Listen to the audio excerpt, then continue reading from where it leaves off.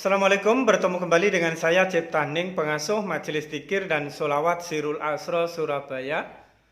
Pada kesempatan kali ini saya akan melanjutkan bahasan tentang kholwat. Kholwat itu salah satunya adalah sebuah ibadah yang bertujuan untuk meraih wahyu. Wahyu untuk mencapai derajat maupun pangkat di dunia dan di akhirat. Untuk itu, simak video selanjutnya.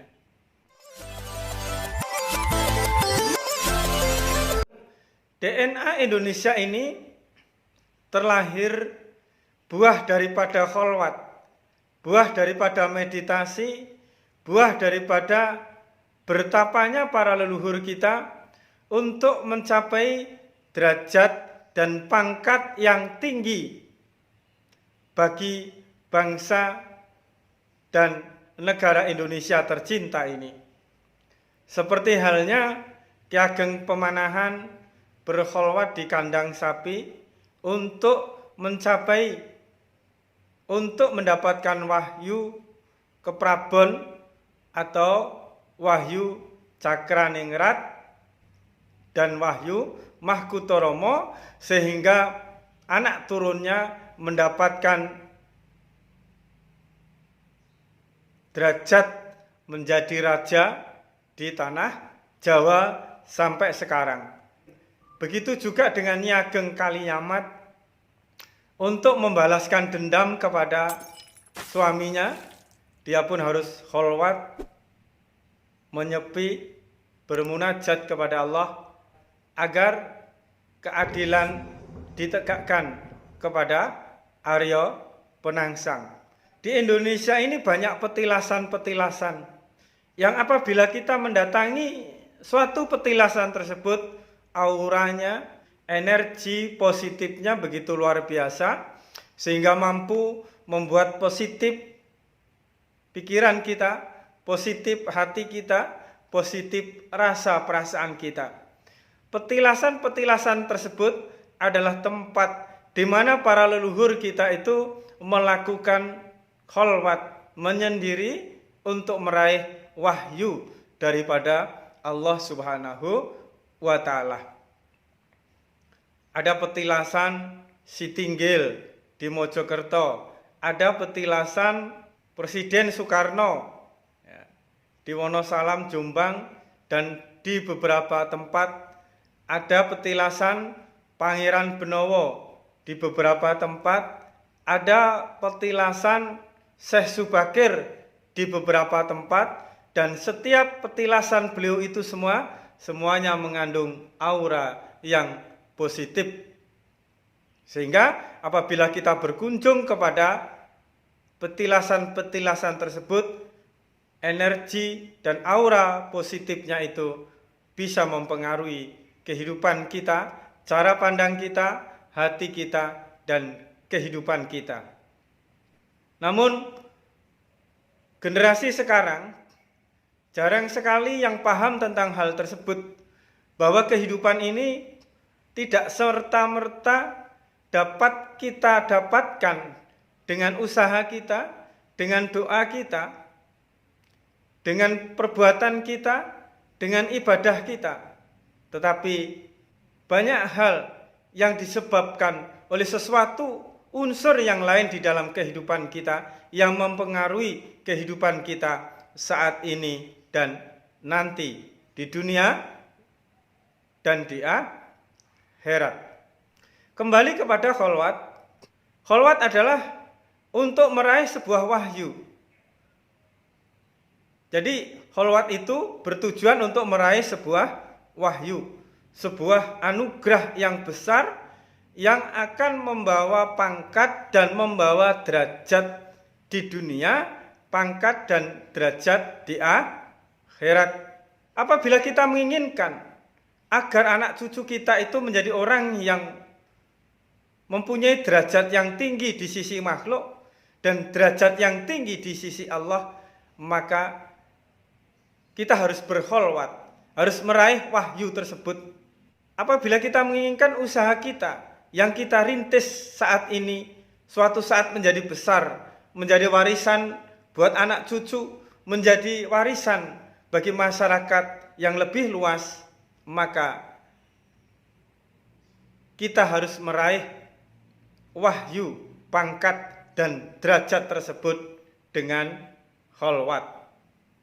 Apabila kita mengharapkan kemuliaan, kita mengharapkan derajat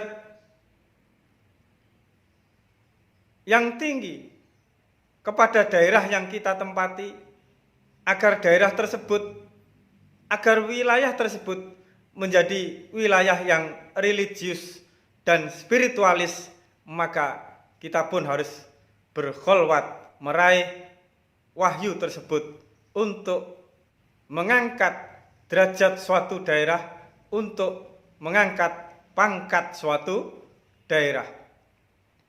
Apabila kita menginginkan diri kita pangkat dan derajat di dunia, mulia di sisi Allah dan mulia di sisi makhluk, maka kita harus berkholwat untuk mendapatkan wahyu daripada Allah. Jadi wahyu, derajat dan pangkat ini adalah dengan diri kita bertirakat, berpuasa, bersemedi dengan cara kholwat, agar kita mampu meraih wahyu yang di dalamnya ada derajat yang mulia, pangkat yang mulia di sisi Allah dan di sisi makhluk, di dunia dan di akhirat. Zaman sekarang, generasi kita itu jarang sekali dan justru menyepelekan tentang kholwat ini, sehingga tidak ada contoh atau akhlak yang mulia yang dicontohkan oleh para pemimpin agama maupun pemimpin negara. Kita dipameri, disuguhi dengan sesuatu perbuatan yang tidak mulia, tidak berakhlak, dan jauh daripada adab serta budaya Nusantara Indonesia. Hal ini terjadi, semua tatanan itu hancur, budaya itu hancur. Budaya hanya sekedar menjadi bahasan untuk seminar, untuk workshop dan lain sebagainya. Namun budaya itu tidak mengalir ke dalam urat nadinya, memompa darah ke dalam seluruh tubuhnya, sehingga menjadi kepribadian dan akhlak yang mulia. Hal ini terjadi karena masyarakat kita sudah meninggalkan ibadah kholwat. Pak Soekarno untuk menjadi presiden itu pun kholwat di beberapa daerah. Begitu juga dengan Bapak Soeharto. Itu sebelum menjadi presiden, beliau juga sering kholwat di beberapa tempat, sehingga kemuliaan derajat itu dapat diraih oleh beliau semuanya. Seseorang apabila tidak melakukan kholwat, namun dia ingin bercita-cita meraih kemuliaan dan pangkat dunia, dapat dipastikan apabila dia tidak melakukan kholwat, pangkat dan kemuliaannya diraihnya dengan jalan yang tidak sportif, dengan jalan memanipulasi, dengan jalan korupsi, dengan jalan KKN dan lain sebagainya. Untuk itu, marilah sediakan waktu di dalam kehidupan kita untuk berkholwat. Niatkan untuk berkholwat 3 hari, 5 hari, atau 7 hari, 11 hari. Di hari-hari yang ganjil, kita niatkan untuk meraih wahyu, derajat dan pangkat kemuliaan untuk diri kita dan anak turun kita. Jadi kholwat bukanlah meditasi, kholwat bukanlah tafakur, dan kholwat bukanlah doa. Kalau kita bertafakur atau meditasi, kita adalah menghubungkan segala sesuatu yang nyata di dunia ini kepada Allah Subhanahu wa Ta'ala. Meditasi atau tafakur ada 2 hal, tafakur keluar diri dan tafakur ke dalam diri. Meditasi keluar diri dan meditasi ke dalam diri. Meditasi keluar diri adalah melihat, menyaksikan segala sesuatu yang di luar diri kita, kita sambungkan kepada Allah Subhanahu wa taala, bahwa di dalam segala sesuatu yang kita lihat di luar diri kita rasakan dan kita saksikan dan kita sebut di luar diri kita, semuanya adalah sifat, semuanya adalah asma, dan semuanya adalah af'al, serta zat Allah yang meliputi segala sesuatu di luar diri kita. Sehingga pandangan kita, pendengaran kita hanya melihat la maujuda ilallah, Allah yang maha tunggal, Allah yang maha esa, yang meliputi segala sesuatu yang ada di luar diri kita. Sehingga pandangan kita, dimanapun wajah kita menghadap, di situ kita melihat Allah di dalamnya. Apabila pandangan kita sudah melihat Allah di dalamnya, maka akan timbul rasa perasaan hati kita yang tawadhu, yang rendah hati di dalam memandang segala sesuatu, mendengar segala sesuatu, menerima dan menyikapi segala sesuatu. Sedangkan meditasi yang ke dalam diri adalah melepas segala sesuatu yang bukan diri kita, segala sesuatu yang bukan jati diri kita, segala sesuatu yang bukan eksistensi kita. Kita melepas ego kita melepas pengakuan-pengakuan kita melepas nafsu-nafsu kita yang ditimbulkan, yang terjadi dari 4 unsur alam yang menjadi batang tubuh di dalam diri kita, yang menjadi nafsu, mutmainah, alwamah, sufyah, dan amarah. 4 unsur nafsu inilah yang membuat keakuan dan ego manusia itu lebih kuat, sehingga sulit untuk dilepas, sulit untuk mengakui kebesaran Allah di dalam dirinya, sulit untuk menyaksikan sifat-sifat Allah, af'al Allah, asma Allah, dan zat Allah yang di dalam dirinya, yang merupakan jati diri daripada manusia dan eksistensi daripada manusia itu sendiri. Dengan meditasi ke dalam diri, kita melepas sesuatu yang bukan diri kita, sesuatu yang bukan esensi, maka kita akan menemukan Nur Muhammad, kita akan menemukan ruh kita akan menemukan sir kita. Apabila kita sudah menemukan Nur Muhammad di dalam diri kita, maka pribadi Sayyidina Rasulullah SAW akan terbit di dalam diri kita, akan mempengaruhi ucapan, pendengaran, perilaku, pandangan di dalam diri kita, sehingga kita tidak lagi mengenal suka dan duka, surga dan neraka, baik dan buruk. Yang kita kenal adalah keindahan, yang kita kenal adalah rupa daripada Rasulullah SAW yang zahir dan yang batin, yang meliputi diri kita. Esensi manusia pada hakikatnya adalah Nur Muhammad, sesuatu yang berdiri sendiri, sesuatu yang bersumber dari yang awal dan yang akhir, yang meliputi yang zahir dan yang batin, yaitu Allah Subhanahu wa ta'ala. Sehingga jalan untuk mengenal Allah, jalan untuk kembali kepada Allah, jalan untuk berpulang kepada asal kejadian kita adalah dengan mengenal diri. Mengenal diri adalah melepas sesuatu yang bukan diri kita dan menemukan esensi daripada diri kita, yaitu cahaya Nur Muhammad, pribadi Muhammad yang ada di dalam diri kita, yang menjelma menjadi sifat-sifat kerasulan yang ada di dalam diri kita. Inilah pengenalan diri yang sempurna, yaitu penemuan kembali, bertemunya kembali diri kita dengan esensi kita, yaitu Nur Muhammad. Sehingga perkataan kita, perbuatan kita, penerimaan kita, akhlak kita tidak lagi didorong oleh ego, keakuan, dan nafsu kita, namun didorong oleh keindahan yang merupakan wujud daripada Rasulullah Shallallahu Alaihi Wasallam.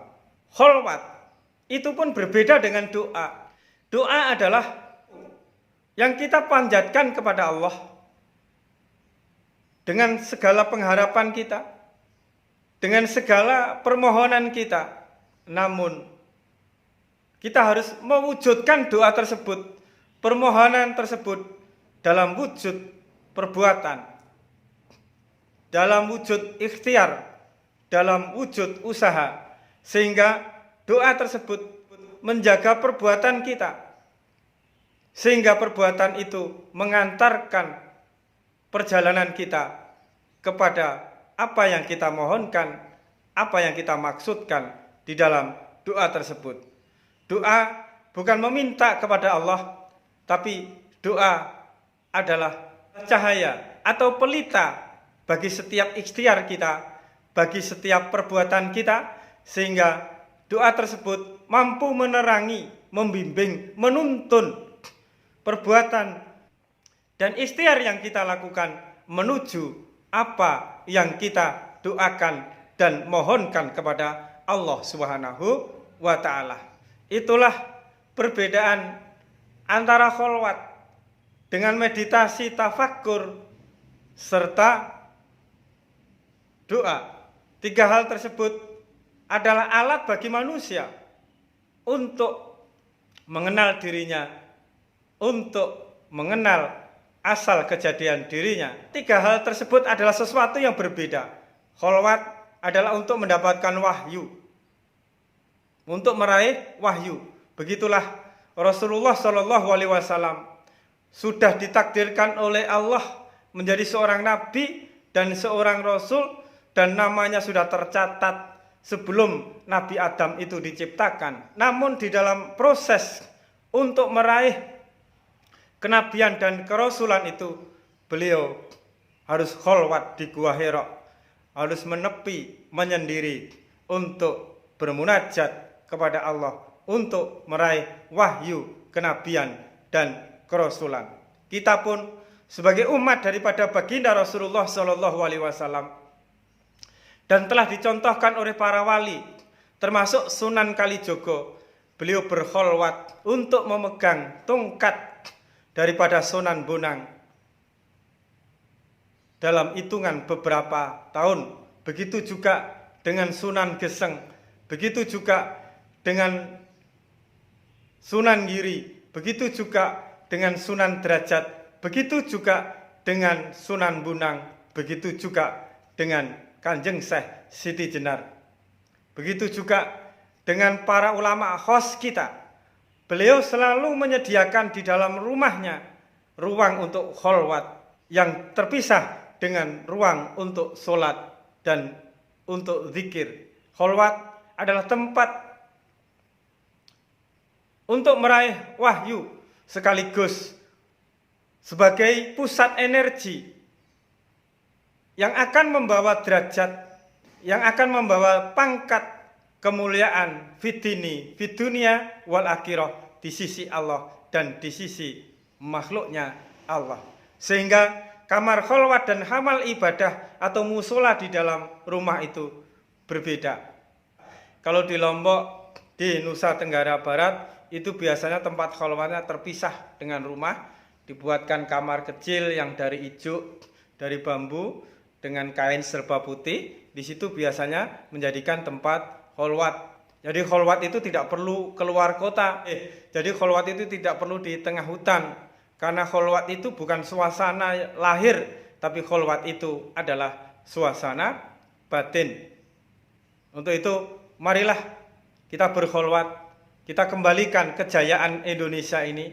Kita hubungkan energi kemuliaan, energi derajat, dan energi pangkat pada zaman ini dengan energi pangkat dan energi derajat serta kemuliaan pada zaman terdahulu, sehingga sinkron, sehingga sambung, sehingga mengangkat bangsa ini menjadi bangsa yang bermartabat, bangsa yang diangkat derajatnya oleh Allah segala penghuninya, dan dimuliakan oleh Allah negara ini dengan segala penghuninya. Kita kembalikan kejayaan leluhur kita di dalam kehidupan masa kini dengan membiasakan ibadah kholwat. Karena kholwat ini adalah sebuah media yang dilakukan oleh leluhur kita di dalam membentuk negara ini, mewujudkan negara ini dengan segala kekayaan di dalamnya, maka dengan kholwat pula cara kita untuk menyambungkan agar kemuliaan derajat yang telah ditanam oleh para leluhur kita itu tumbuh pada saat ini, berbuah pada saat ini. Sekian, semoga manfaat. Wassalamualaikum warahmatullahi wabarakatuh.